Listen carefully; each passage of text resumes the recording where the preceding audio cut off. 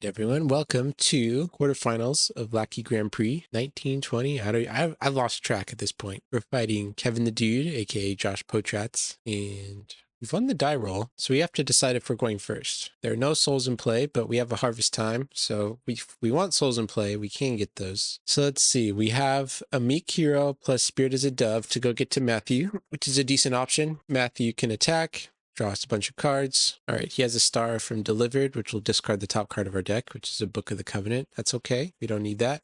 We can survive without it. So yeah, let's just go Joanna, get some hand protection out. So a reason not to play out my Jerusalem Tower here would be to hedge against Goliath. Cards like Goliath will withdraw my guys from battle, and if I have no one in territory, I won't be able to present a new hero. But a reason to play cards like Jerusalem Tower before you attack are cards like the Lying Prophet, which like to look at your hand and draw cards according to the number of cards they see in there. Okay, so Matthew's going to attack. We get to look at his hand. We see he's on a Moabite defense and a Gospel offense. So we're counting the number of brigades. I believe it's 10 or 11. I'm not sure. Don't remember, but you can do the math. So I know they have a Woman of Thebes in their hand. So if I try to play Harvest Time right now, they can just go Woman of Thebes block. So let's see what we draw from Matthew and see if that adjusts our approach here. Good old draw 10. Okay, we got a Crowd's Choice among other things, which can go get us to a Resurrection.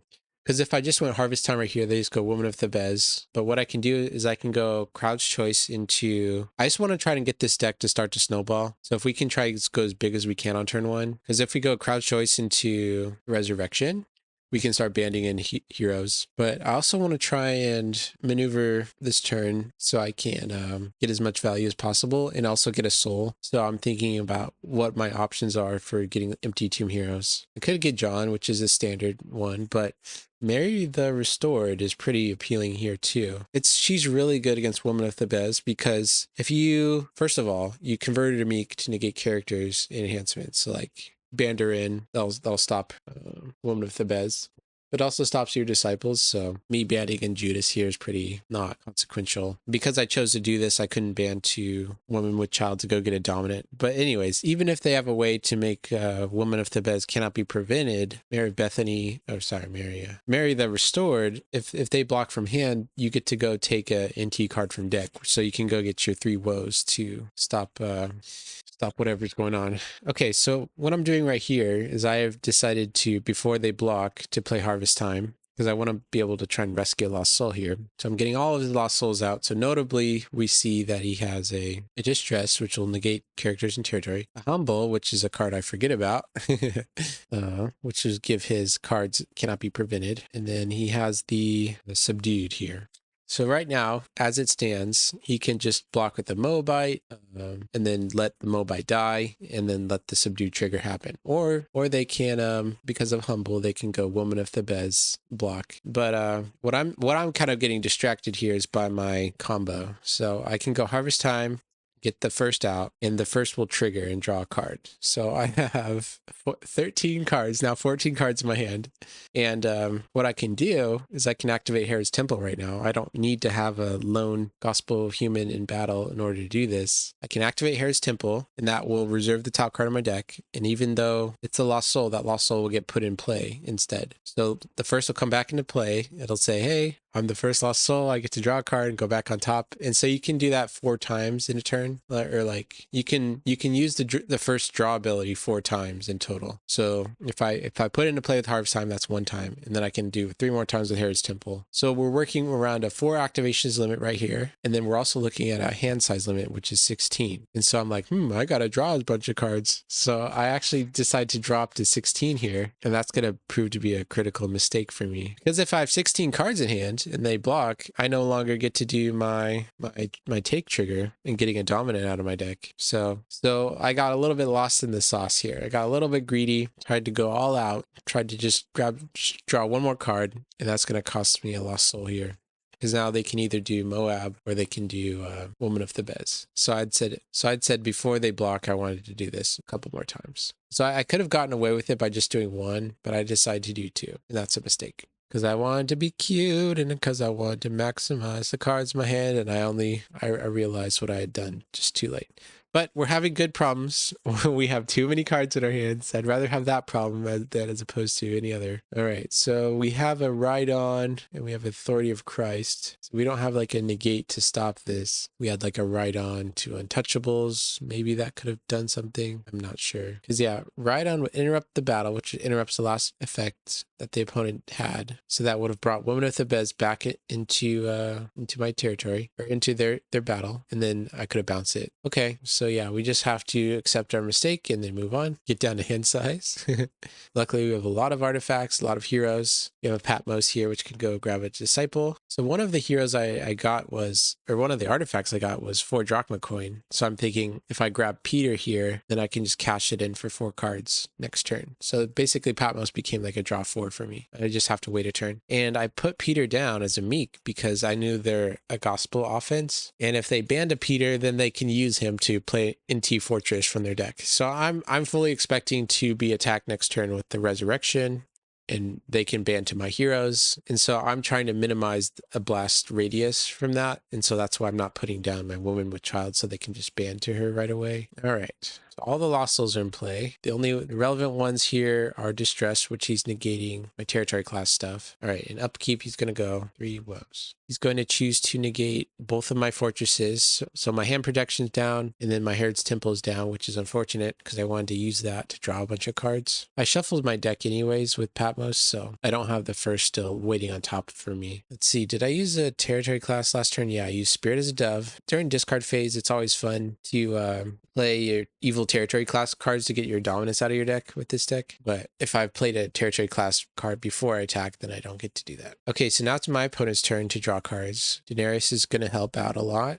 Gets an Emperor, gets to cash this in for 3 cards. One of the best draw cards in the game right here. And unfortunately, I don't have a way to negate his neutrals right now, which would have slowed him down a lot. A cool, I don't know if it's, I would say the word cool, but a nuance here that if you're running a Woman of Thebes deck, watch this. So notice how the opponent has a Woman of Thebes in my territory. And notice how Woman of Thebes is a unique character. A quirk of Woman of Thebes, the give that she has, you have to give a Canaanite that's already in your territory. You can't give someone a Canaanite from your hand. So if they attack me right now and I choose to block with the Woman of Thebes, I can't block with the one from my hand because I already have one of these unique characters in play. And I can't really block with her in territory either, because if I just block with her from territory, I have to give my Canaanite. And according to the redemption rules, it applies to all cards I own and control.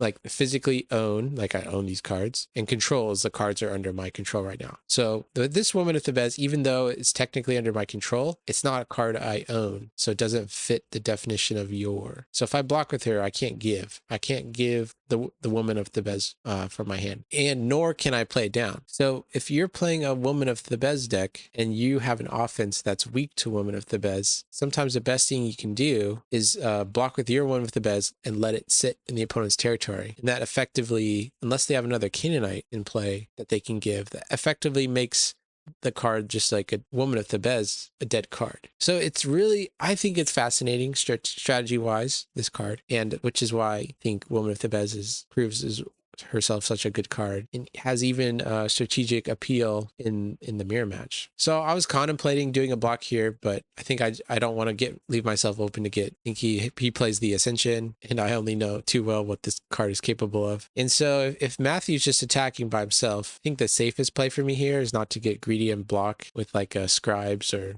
Annis. I can just falling away right now. So yeah, I could have played with Annis and underdecked, Distressed or Subdued or something. Or blocked with Woman of Thebes and tried to play Surreptitious Scheme. But if I could have blocked with Woman of Thebes and then played Surreptitious Scheme, and then the problem is with this card is that if there's one evil character in battle or one hero in battle, this puts them in special initiative. And so I think what I wish this card would have done was just take an evil NT card from deck or reserve, because I would have loved to grab Burial here, try to lock the opponent out of the game. Okay, so they didn't have a plan against what I was doing there. So now we got to figure out how we're going to break through. We lost our fortresses. We have a bunch of artifacts, but they do have an Akeem here, which is currently negating my neutrals, which which is problematic for my game plan. If I negate their Akeem here, that's one thing. And I also got to worry about subdued. So I'm gonna play the woes in my upkeep. And so the way that it works right now is if you play woes in your upkeep, you get to have, when it comes into play, you get to negate something for a round. And then when the upkeep trigger happens, you also get to negate something for a round. So you get to negate two things. So I'm playing as evil, which will negate Akeem,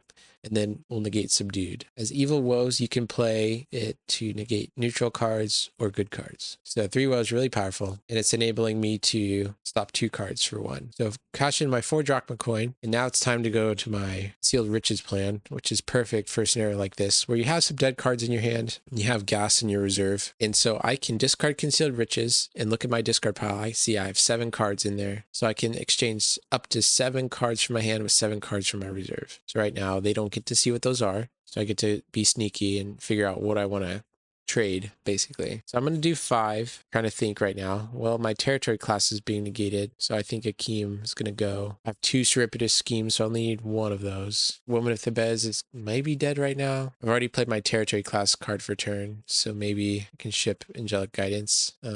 4 drachma coin, I don't know. Right now, I'm just trying to set up a big Ascension turn. So in order to do that, I got my Simon the Zealous, which is a choose the blocker card, and then I've also got my Possessing Spirit. So in this game, I actually make a misplay, and I don't play my Possessing Spirit right now. I thought, because you know this card that says Unity, evil characters, gospel, and so I was like, oh, I have a Woman of Thebes in play, and I don't have Unity. Well, based upon that definition of I was referring to earlier, so Unity only checks the cards you own and control. So it's only going to check all evil characters I own and control for this Unity. So when I play this down, it's looking at my territory, and the Unity requirement is not looking at the Woman of Thebes that is actually opponents. So I could have played this down, put it on their good card, and then attacked with Simon, chose it to block. So anyways, here I come. Simon's coming in hot. Now we get to choose somebody. Okay, so they have Balaam, they have the Moabites, and they have Emperor Claudius. So I'm going to be risky. I want to choose a Moabite to block. And the reason this is risky is because I think we both forget that because he has a humble in play, the fact that I'm used 3 woes to negate subdued, the negate has now turned into a prevent. And so I'm trying to prevent that lost soul from activating during the battle phase. I think, I mean, maybe I could be wrong about this, but because I played a woes before I went into battle, targeted the subdued, and now I'm attacking, the woes isn't negating subdued anymore. At least that's the way I think about it. So if I try to deal with Moab and he gets defeated, right now all of his lost souls are gonna get shuffled if opponent remembers. I mean, I could be wrong about that, but I think it's just something we both overlooked. And the fact that Simon the Zealous negates lost souls doesn't matter because they have a humble and I have hand advantage. Or do I have hand advantage? It's 10 to 10 right now. Oh, wait. So when I attacked with Simon, he negated lost souls. Did I have more cards in hand than him? I probably did, huh?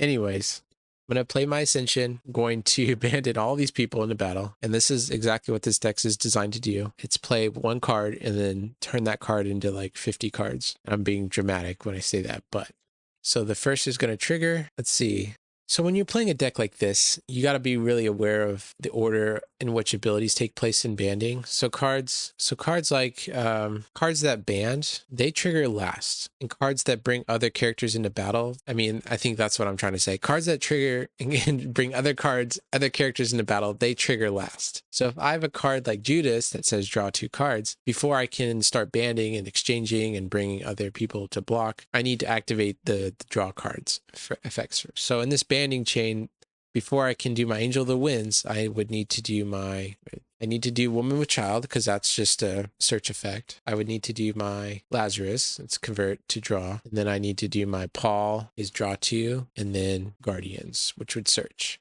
And what gets super interesting is if you have a card that like, so this one, if I choose to attack, oh wait, no, this is a bad example. The good example would be Lazarus. So he has a instant ability, which I can convert him to Meek to negate evil cards, draw a card. And then he has a band ability. So like, how does that work? So let's say you have a bunch of heroes in battle and some of them have band or exchange abilities, like, and then some of them have both. So Lazarus, you could convert him to meek, negate evil cards, draw a card, or whatever. And then you have to wait to do his banding until we get to that priority list in the chain. Does that make sense? I don't know if that makes sense.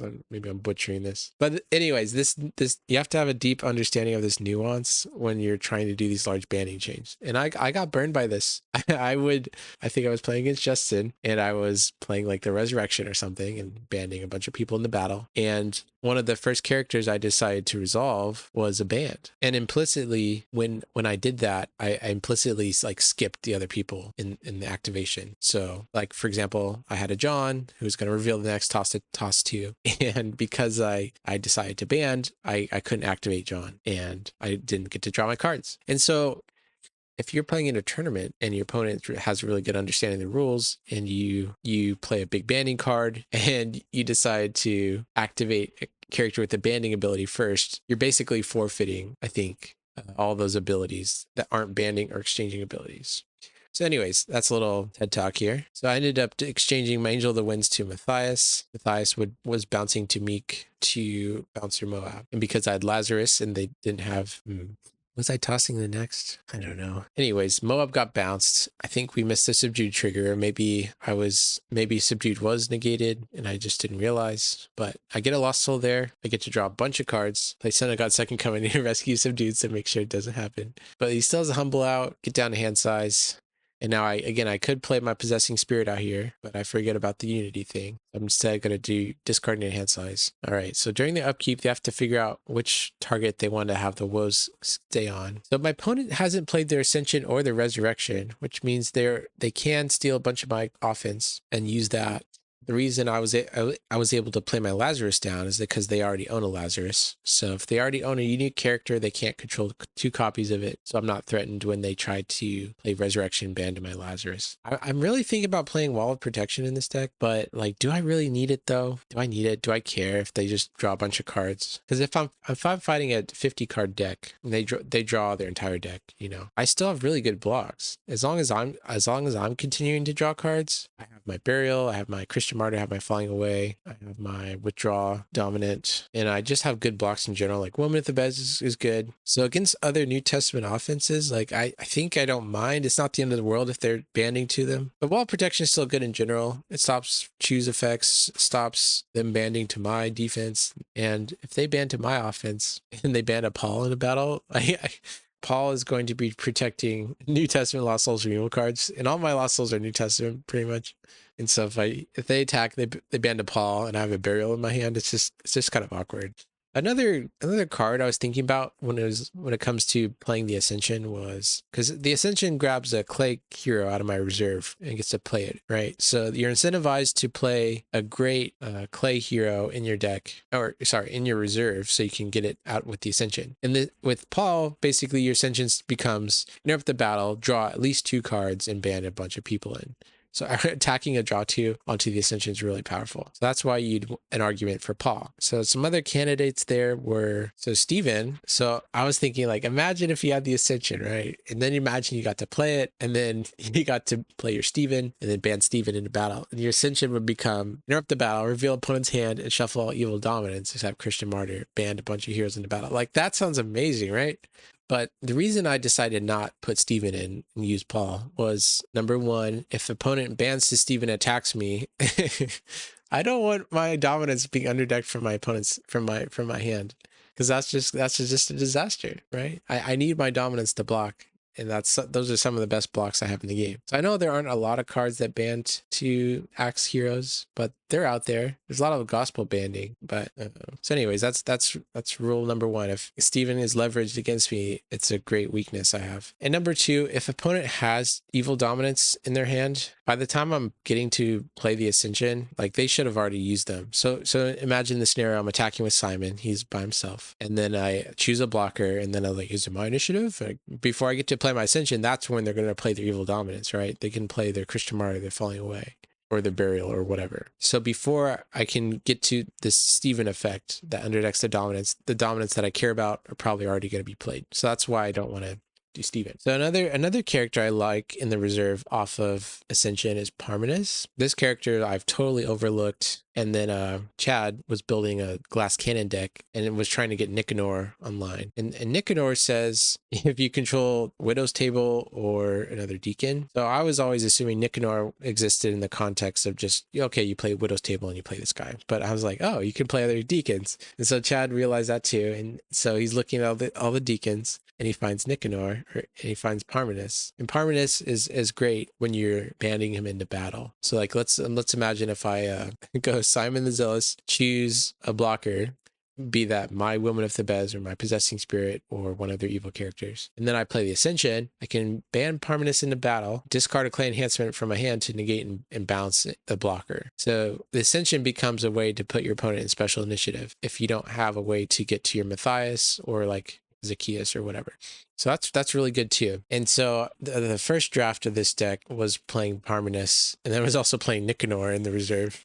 And the idea was, okay, I play Ascension, get to my Parmenas, and then eventually I'll get my Nicanor out. It seems good on paper, but in practice, I think it's just a little too slow. You really want to stop the drawing on turn 1. And like you're setting Nicanor up on turn 3, unless you have Concealed Riches. You can't always get to Concealed Riches. So I think the more powerful card to put in the reserve instead of Nicanor or Parmenas is actually Nazareth. It's much easier to just pluck a Nazareth out of your reserve. You have a bunch of ways to get to it. You have Concealed Riches, you have Joanna, you have Guardians from Glory, you have Crowd's Choice. And so imagine a big turn where I'm attacking, getting to play the Ascension, then I band in Joanna. Joanna converts to Meek. I get to take a good card out of my reserve and grab a Nazareth. And then during my discard phase, I plop down a Nazareth. It's just disgusting. But the problem right now is I only have 11. I only have 10 cards in my reserve, but I have 11 cards I really want. So I have Possessing Spirit, Simon the Zealous, Root of Jesse. I love this card. This card's really sweet because on the Concealed Riches turns, what I can do is I can get to my Simon, my Possessing Spirit, and then Root of Jesse and Ascension. Those are like 4 cards. And then I can play this as my Territory class card that says banish to protect meek heroes from opponents. So now I can just push Simon and there's nothing they can do about it. They can't Christian Martyr, they can't Falling Away, they can't Grapes the blocker. So basically I'm almost guaranteeing I get to land an Ascension if I play this card before I attack. So yeah, so that's why I really want this card, and also Storehouse can grab it, and I don't have a lot of Storehouse triggers or targets right now.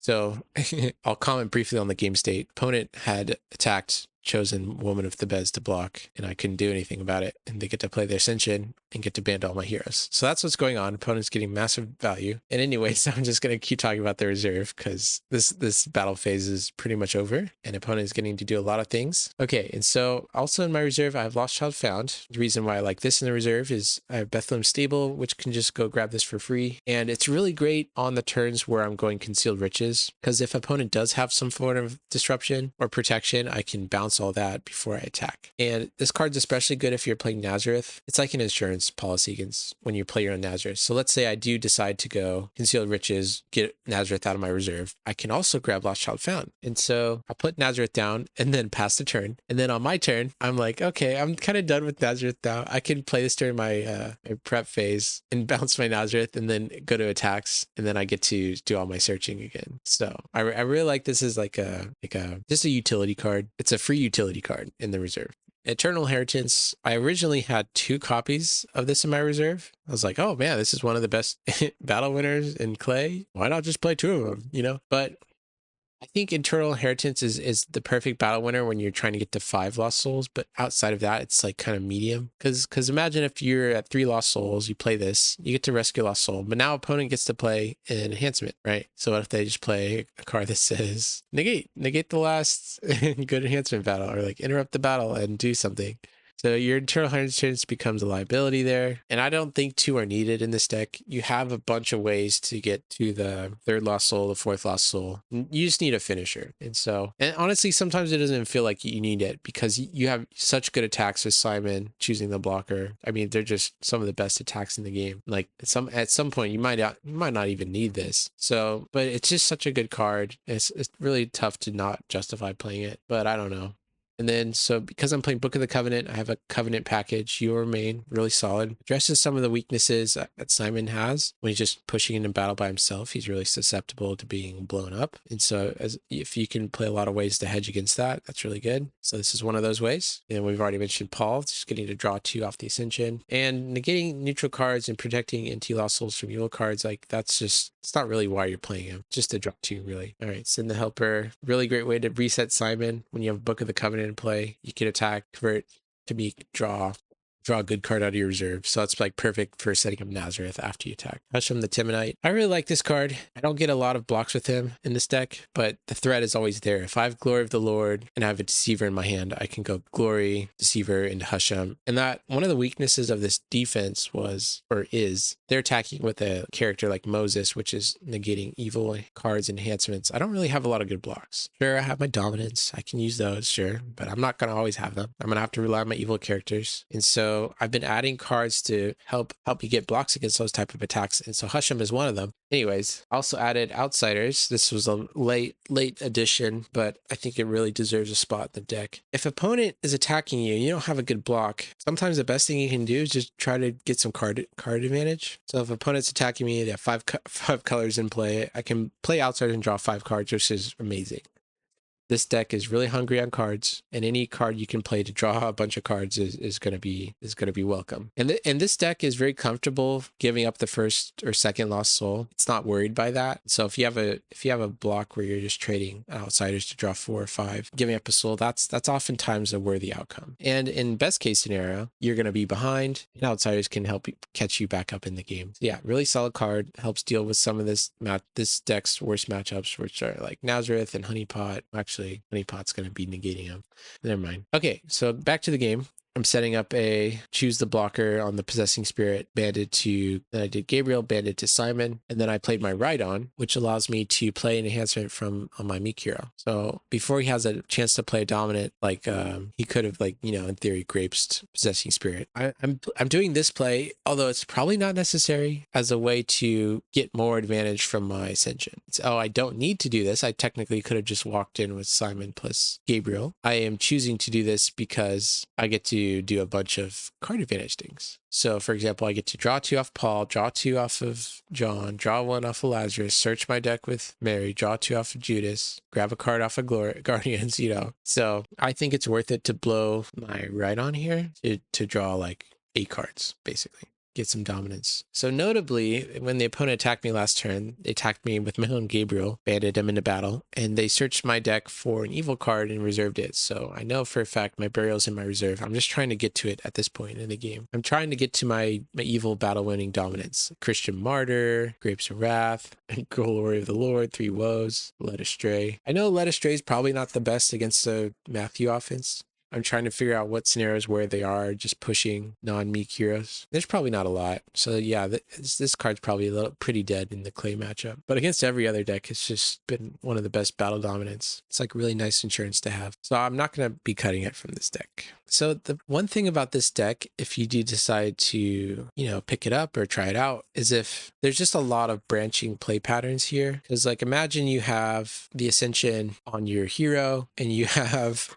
and you banded your Woman with Child, you banded your Reassuring Angel, and you banded Angel of the Winds. Like the number of things you can do off of that play are insane. Number one, you have to remember to get your Paul, draw 2 cards, and then you have to figure out what good dominant you want. It's like, oh, do I want to do a Harvest Time play here, or just get Angel of the Lord, or just get Son of God, or like, do I go Crouch Choice and get anything? And then you can go exchange on your Reassuring Angel, and like, okay, what disciple do I want to get? And like, oh, but before I get that disciple, I want to do my Angel of the Winds guy. So what human in my deck do I want to get? So it can feel very paralyzing if you're playing this deck. You have a lot of decisions to make and not a lot of time to do it. And so if you do decide to play this deck, it's important to be very familiar with the cards you have in your deck, so you're not spending a bunch of time in the moment thinking about each hero, what they do, what effect they have, and how it applies to the current battle. The way I've been practicing with this deck is actually just goldfishing. And so I'll goldfish, I'll see like, okay, how can I pop off on turn one, assuming nothing, they don't have any interaction. And so that's been good. That gives me some good muscle memory, so I'm not taking forever to make decisions with this deck. But it's also harmful in the sense that, remember turn one, where I was just trying to draw up to 16 cards in my hand.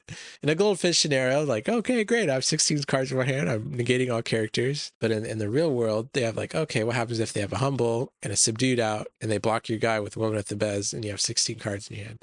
So there's nothing like getting real games under your belt to help you improve. Goldfishing is like one step. Sure, that's going to help you play your deck competently and know what your lines are. But in the moment, you can get some real feedback on the decisions you're making. So in this game, I've got some real feedback about, hey, drawing up to 16 cards is problematic, and playing Harvest Time and putting a humble in play with a subdued, that's also pretty problematic, and maybe a reason not to do Harvest Time for 350. Okay, back to the game. It's my opponent's turn, and during their prep phase, I've decided to play Glory of the Lord. So I really like this play. I know he has a bunch of battle whimming enhancements, and he has a Ride-On. So if he goes like attack, choose a blocker before I have a chance to play my dominance, he can play his Ride-On and play Authority of Christ, and I'm pretty cold to that. So in order to stop that, I'm playing Glory of the Lord here. And even if I do get in a battle, now this guy's a high priest, this guy's also a priest. So basically I've turned this into saying, hey opponent, you cannot play enhancements in battle this turn.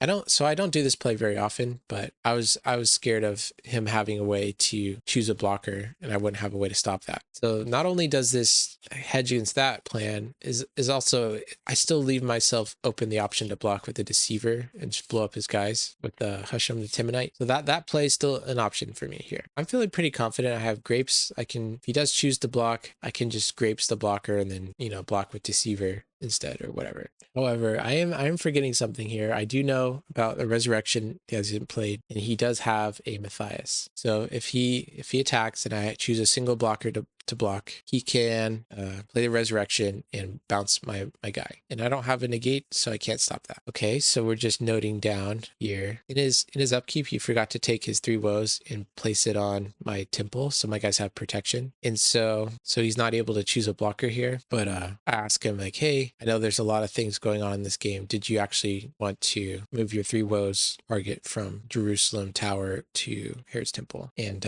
in a high level tournament, I probably wouldn't be offering this, but I think it's fair. I wanted this match to be, okay, what would happen if we're both making the best optimal decisions? And so I was curious to see like, okay, what would have happened if he had chosen to see if he got Herod's Temple here negated and he got to choose a blocker, because I'm curious to see if I could pull off the block here. All right, I get to choose an evil card. You get my Wages of Sin. I could play it, add Husham the Timonite to battle. That's fun. Or I could just go grab Burial out of my reserve, which is also nice. So I'm prepared to play my enhancement. It's like, oh, right, he's the priest. Oh, nice. So I'm thinking, okay, it's time to Wages of Sin now. So I forget about the Resurrection. Yep, here it comes. It's going to bounce my guy. And this is before I have a chance to get initiative or play dominant. So as much as I would have really loved to Grapes the blocker here and make him attack me with the real, choose a real blocker. Let me choose a real blocker. So in building this deck, there's been a flex spot on the dominance. And I keep trying to figure out what is the best card for this deck, for this specific slot. And so the Grapes is in that flex spot. Every other dominant slot is locked in for the most part. The Grapes one is the one I'm kind of just like, I don't know what to do. So he's going to bounce my blocker. I don't have a response, so I have to give him a Lost Soul. He goes up to 4. So anyways, back to dominance talk. So the other dominants I've been considering are Chronicles. Chronicles is a great card. It's useful on offense or defense, but it's not the best on defense in my opinion. There are a lot of enhancements that are CBN, the ones you care about, like Amazing Faith, Authority of Christ, the Ascension. This is not going to help you there. This is really useful if you have negate wars and you're trying to like, here's my negate and they're not going to stop your negate. And okay, you can't play any more negates because I'm negating your negates. But this defense is not really like that, nor is this offense really like that. So the reason I play this card is if I'm trying to stop them from playing curses or enhancements, or sorry, curses or covenants or temple artifacts. So yeah, if they're playing Book of the Covenant, this is like, boom, destroy your Book of the Covenant and all your covenants. Yeah, what are you going to do about that? Or if they're playing like a deck like Honeypot, I can go Lost Child Found, bounce your Glory, and then Chronicle of the Kings, destroy all your stuff. So yeah, if you want to hedge against the Honeypot matchup, yeah, they play Chronicles, whatever. Or if you want to make sure you don't get Confusion of Mind out of the game, then yeah, play Chronicles. So there's an argument for Chronicles. Yeah, that's why. But in some matchups, it's just going to feel pretty useless. So that's Chronicles. The other card I'm thinking about is like Shipwreck, and because of how weak this deck that I'm playing is to Nazareth effects, you just really want to maximize the chance that you draw it out to Nazareth. And so if you're playing Shipwreck, that's just another like out you have to Nazareth. But I think a better choice, if you're really scared about Nazareth, it's just going up to 2 Goliath curses and saving this dominant slot for something else. Like, you don't need this dominant slot to be a Shipwreck. You can get away with doing something else. Okay, so back to the game. Go with Gabriel, choose Banded to Simon, choose Possessing Spirit. He doesn't have an out. I saw his hand with Temple Veil. He doesn't have an out to it. And so I win the game. It's 5-4. Okay, so I think this game, I think I could have gotten away with maybe what could have even been 5-0 if on turn 1 I'd attacked and I didn't draw up to 16 cards. If I could have gotten my 3 woes there, I could have stopped their Woman of Thebes. That means they couldn't have attacked and chosen it as a blocker. That means I could have got a decent block, which means I could have got to maybe my burial a lot sooner, which I could have underdecked all their lost souls, which means, like, this is a bunch of if, but what I'm saying is basically stopping that Woman of Thebes from getting in my territory enables me to have really good blocks because now my Woman of Thebes is live, and it stops them from really getting really great attacks. An artifact that I have 1 copy of the deck in right now is Great White Throne, because in my playtesting, cards like Possessing Spirit and Woman of Thebes are really problematic for this defense for the reasons we've seen in this match. I really want to block with my cards, but Woman of Thebes and Possessing Spirit, they kind of just mess up everything. And so it's really nice to have a way in your main deck where you can discard cards from your territory to stop choose the blocker effects. And it's really great on turn 1 if you have a way to get an evil card in your discard pile. This can really help you pop off. But the problem is my artifact slot is already really contended right now. There's a lot of artifacts out there that I'm wanting to have active. I have Concealed Riches, I have Book of the Covenant, I have Goliath's Curse, I have the New Covenant. So just a bunch of artifacts already. So as much as I want to play 2 copies of these, I don't know. I think it's hard to justify. I think 1 is great. I think 2 might be a little much. Did I ever finish talking about my reserve? I think I got to Husham. Okay, so we're at 9 cards with Husham, 10 cards if we go to add Nazareth, and then 11 cards if we go to Ascension. So I'm just like, okay, what card do I cut out of all these? I don't know. I really want to play all 11, but I just don't know. I'm not strong enough to make the cut yet. Against my game against Josh, I decided not to play Nazareth, and I regretted it. I think that would have been really good for me if I could have played my Nazareth down. I don't think it would have mattered because he could have gotten around it with his woes if he really wanted to, but I think it would have slowed him down. I think it would have stopped him from searching. I don't know. Okay, goodbye, everybody.